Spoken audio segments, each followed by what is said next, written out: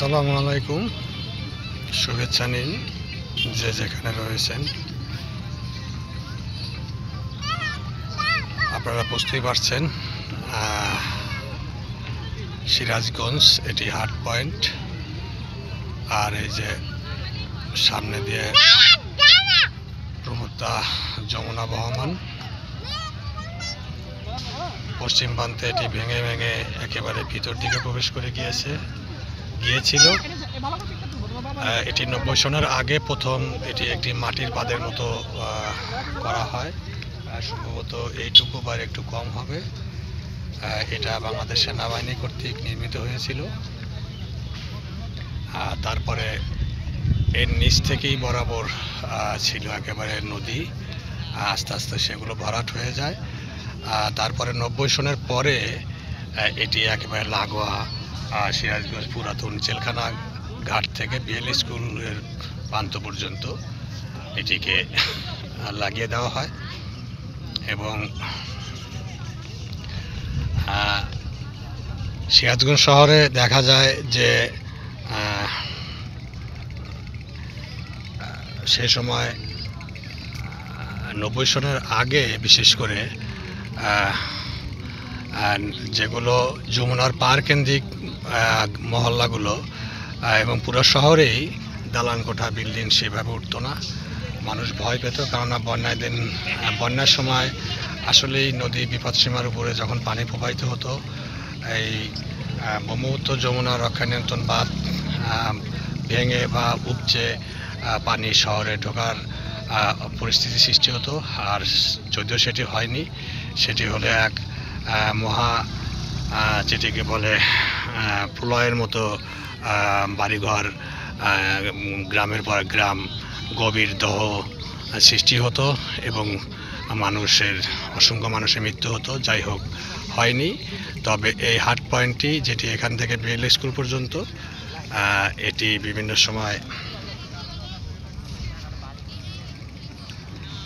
আক্রান্ত হয়েছে, আবার ঠিক করে নেওয়া হয়েছে। পুরানো যেটি মাটির অবদা ছিল, তার সামনে দিয়ে আসলে ব্লক, লোহার অ্যাঙ্গেল অনেক কিছু ছিল, সেগুলোর উপর দিয়েই এই একটু ভাটির থেকে করা হয়েছে বিএল স্কুল পর্যন্ত। এবং পুরাতন জেলখানার সামনে 90 সনের আগে জরুরি মুহূর্তে বাংলাদেশ রেলওয়ের পুরাতন বিভিন্ন বগি, বিশেষ করে যাত্রীবাহী সব পুরাতন বগি ওখানে ডাম্পিং করানো হয়েছিল, সেই গভীরে ঠেকিয়ে দেওয়ার জন্য। এবং খুব পুরাতন জেলখানার সামনে প্রচণ্ড স্রোত থাকতো সবসময়। আর এটি এই হাট পয়েন্টের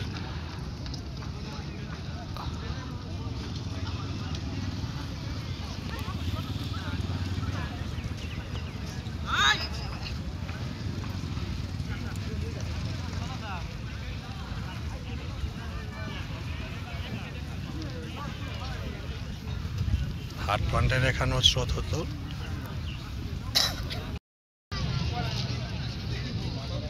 এই নামটি সাম্প্রতিক করা হয়েছে। আর এই যে মুক্তিযুদ্ধের ভাস্কর্যটি, এটিও সাম্প্রতিক করা হয়েছে, এগুলো আগে ছিল না। এখানে একটি হেলিপ্যাড রয়েছে, এই যে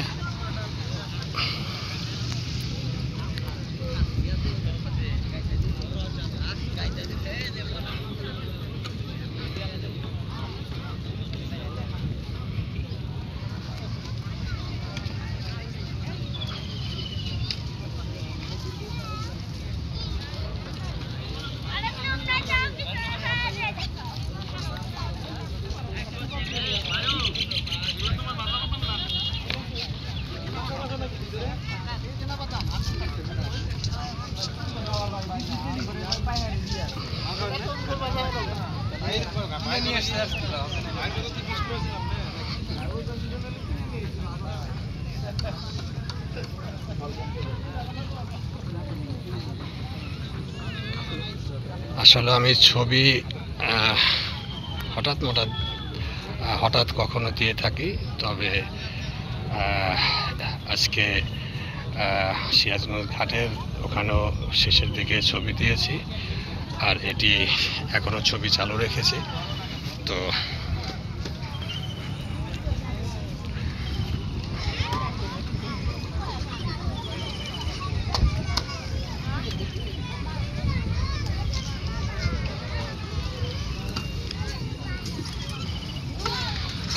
এগুলো বাংলাদেশ পর্যটন কর্পোরেশন কর্তৃক নির্মিত শেড।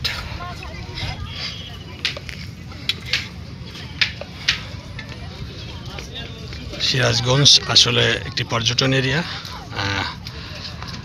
প্রচুর ঘোরাফেরার জায়গা রয়েছে। এই যে উজানে রয়েছে দুটি বাঁধ, আর এই শহরের ভাটিতে রয়েছে আরো দুটি বাঁধ, ক্রসবার এসব বলা হয় সম্ভবত। শুষ্ক মৌসুমে যে ধারাটি বন্ধ হয়ে যায়। আর এই যে আজকে 17 জুলাই 2025, শ্রাবণ মাসের প্রথম দিকে হবে সম্ভবত। একে বরাবর প্রচণ্ড স্রোত থাকতো, ধাক্কা লাগতো এবং ঘূর্ণিপাকের সৃষ্টি হতো। তবে এই যে উজানে এইসব চর চারি পড়ে যাওয়ার কারণে চর প্লাবিত হয়ে গেলে তখন হয়তো হবে।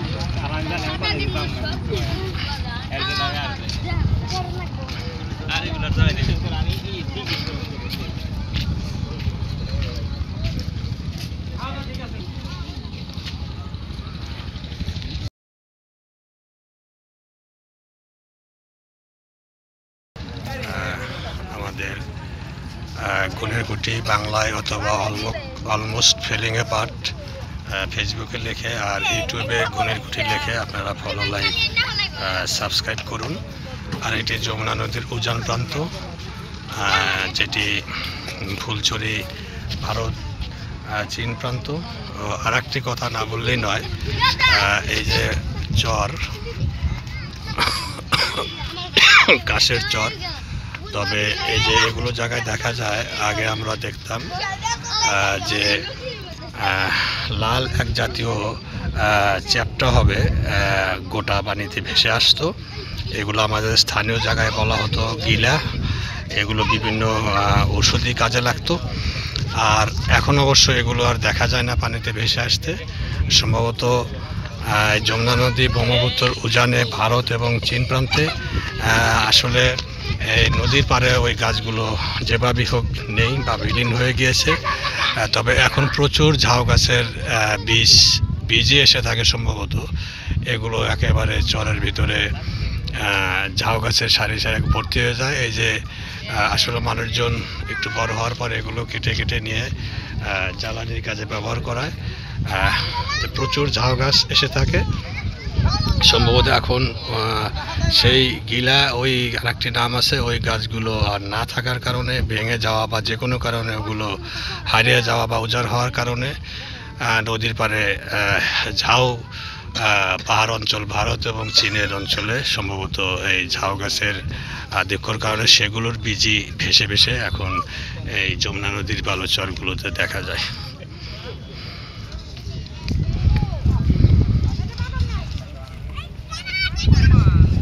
আমি আসলে এখানে আমার ছবি প্রদর্শিত হচ্ছে, আমি সেভাবে আসলে করতে পারিনি।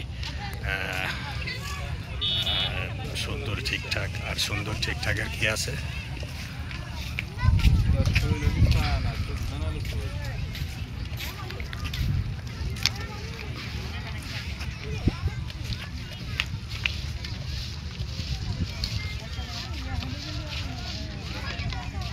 আর ইউটিউবে ইংরেজিতে গুনেরকুটি লেখে আপনারা লাইক, কমেন্টস, সাবস্ক্রাইব করুন। আর ফেসবুকে তো বাংলায় গুনেরকুটি অথবা অলমোস্ট ফিলিং বাট লেখে আপনারা ফলো কমেন্ট, লাইক এগুলো করুন। আজকে পর্যন্তই। সবাই ভালো থাকবেন, সুস্থ থাকবেন। আমি শেখ মোহাম্মদ রেজানুল হক সেনা, সিরাজগঞ্জ। আল্লাহ হাফেজ।